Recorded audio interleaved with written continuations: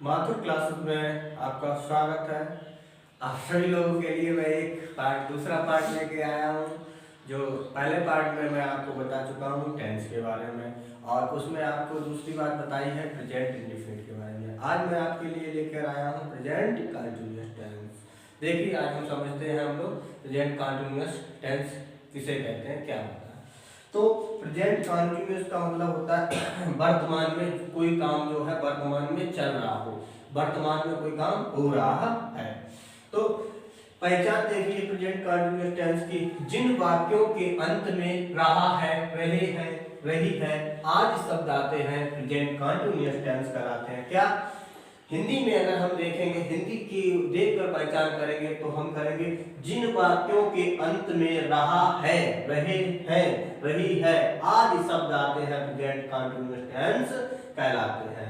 तो जैसे कि वह किताब पढ़ रहा है, तो लास्ट में क्या आया, रहा है। तो हम समझ सकते हैं रहा है आने का मतलब यह है कि ये प्रेजेंट कंटिन्यूअस का टेंस है।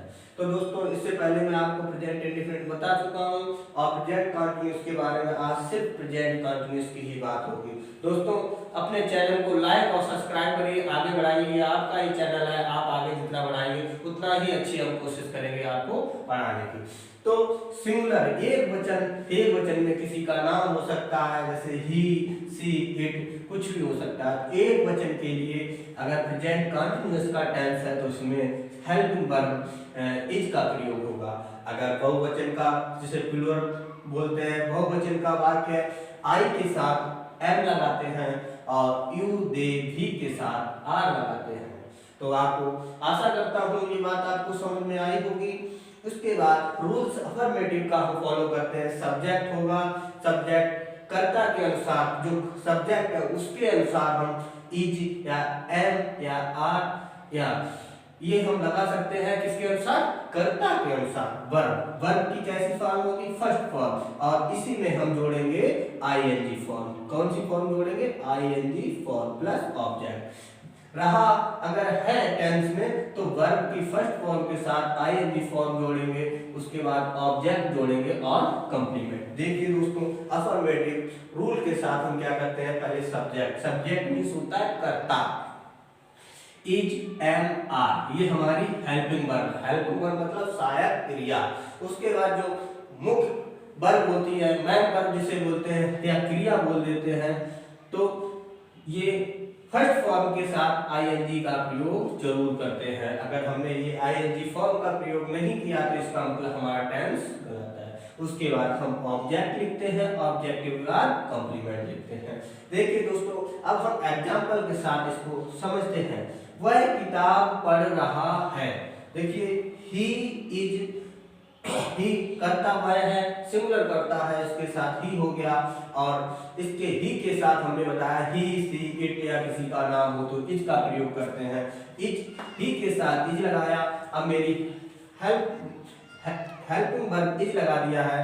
अब हमारी आई क्रिया की बारी। क्रिया पढ़ना है तो पढ़ना का रीड, रीड में कौन सी फॉर्म हम यूज करेंगे, आईएनजी फॉर्म, इसीलिए हो गया ये रीडिंग ए बुक। तो हम कह सकते हैं कि प्रेजेंट कंटीन्यूअस में he is reading a book.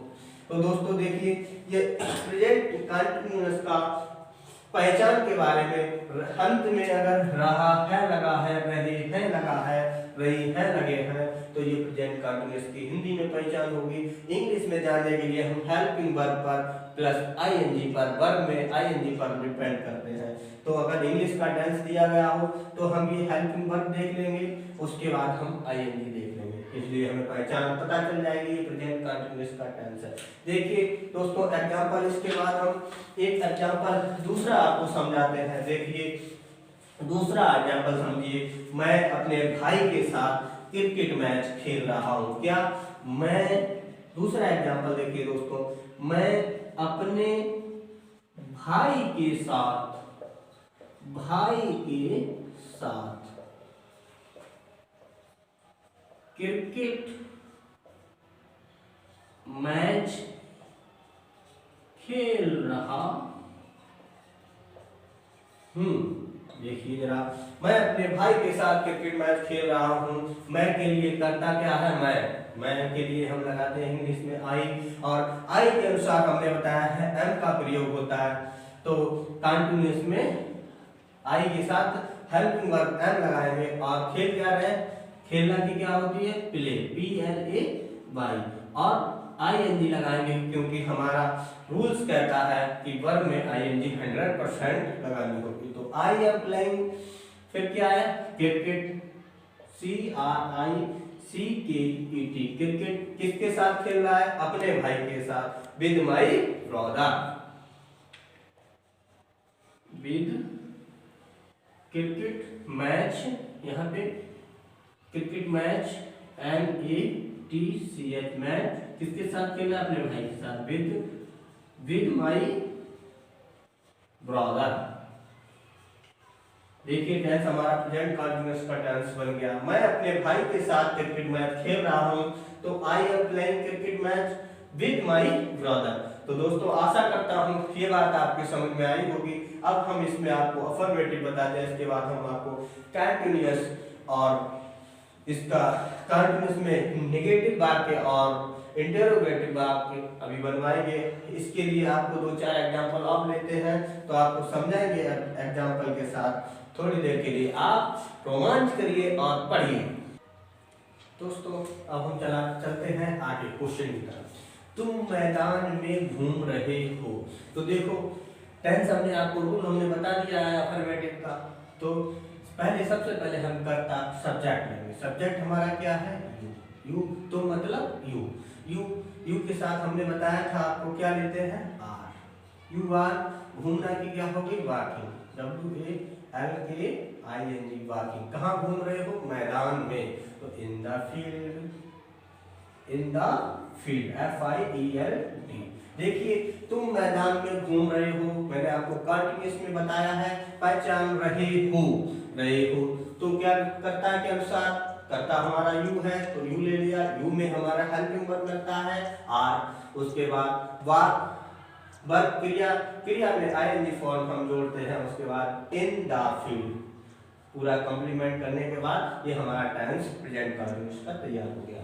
देखिए वे दिल्ली जा रहे हैं, तो वे के लिए हमने आपको बताया दे लगता है, और दे के साथ हम लगाते हैं क्या, आर। उसके बाद जाने के लिए हम बताते हैं गो में कौन सी फॉर्म लगाएंगे, ING form, going to Delhi, DELHI। दोस्तों ये देखते रहिए कि डी बड़ी क्यों बनाई है, डी इसलिए बड़ी बनाई है कि दिल्ली हमारी कैपिटल है, हमारे देश की राजधानी है, इसलिए हमने डी को बड़ा बनाया है। ऐसे कई भी शब्द, प्रसिद्ध नगर, प्रसिद्ध सिटी, प्रसिद्ध कैपिटल ऐसे आए तो उसमें डी या कोई भी सब्जेक्ट वाला बड़ा बनाते हैं। ठीक, उसके बाद देखते हैं हम रूल नंबर 2, जिसको हम बोलते हैं क्या, निगेटिव।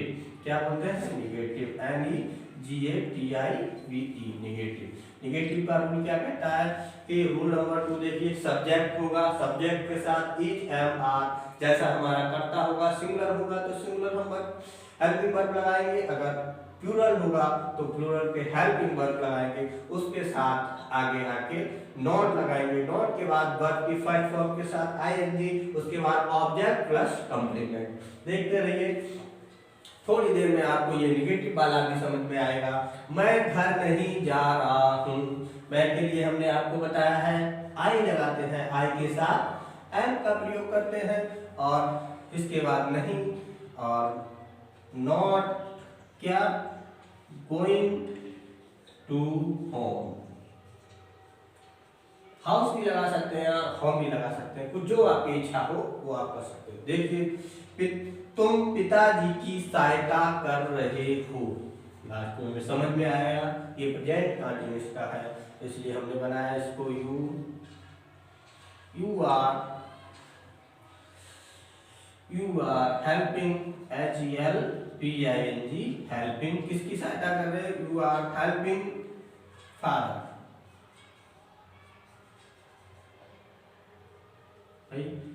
तुम पिताजी की सहायता कर रहे हो, यू आर हेल्पिंग फादर। इसके रूल नंबर 3 आप देखिए, रूल नंबर 3 कहता है कि जो हेल्पिंग वर्ब लगाते हैं वो आगे आ जाती हैं और उसके साथ हम लास्ट में जो है क्वेश्चन मार्क चिन्ह लगा देते हैं। जैसे कि इज एम आर हमने फर्स्ट में नंबर पर ले लेते हैं, उसके बाद सब्जेक्ट के बाद वर्ब में ING form object complement plus इसका ध्यान बहुत जरूरी रखना पड़ता है ये क्वेश्चन मार्क का। क्वेश्चन मार्क का अगर ध्यान नहीं है आपको इंटरोगेटिव में तो आपका टेंस गलत हो जाएगा। ये कैसा रूल है? Interrogative, INTERROGATIVE interrogative. तो इंटरोगेटिव में आप समझिए एग्जांपल, क्या तुम फुटबॉल खेल रहे हो? तो हेल्पिंग वर्ब हमारी जो आ जाएगी वो क्या? फर्स्ट नंबर पे are you playing the football. दोस्तों आशा करता हूँ ये बात आपको समझ में आई होगी। आप अपने चैनल को लाइक करिए, सब्सक्राइब करिए और आगे देखिए। आप कमेंट करके आप जरूर बताइए गलत या सही। इससे आपकी जो कमेंट करेंगे उससे हमें ऑक्सीजन का काम होता है, मेरे लिए वो ऑक्सीजन है। तो आप कमेंट करके 100% बताइए क्या गलती है, तो हम आगे सुधार करने की कोशिश करेंगे। जय हिंद, जय भारत।